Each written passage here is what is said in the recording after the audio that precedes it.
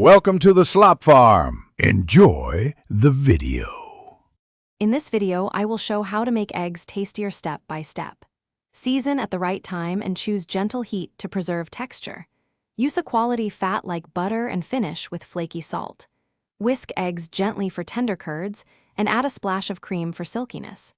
Experiment with fresh herbs and a dash of acid to brighten flavors, keeping techniques simple and forgiving for every home cook.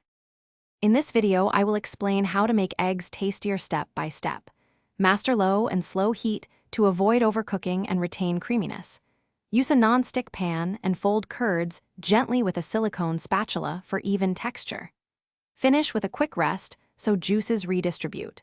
Small timing adjustments make big differences, so savor the process and tweak stove settings to suit your burners and taste.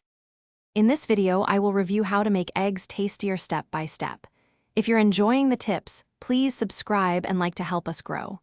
Quick recommendation: bring your space to life with the Echo Dot smart speaker shown here, perfect for setting timers or playing cooking playlists. See the description for the link and deals. Thanks for the support. Now let's get back to the video. In this video, I will help how to make eggs tastier step by step.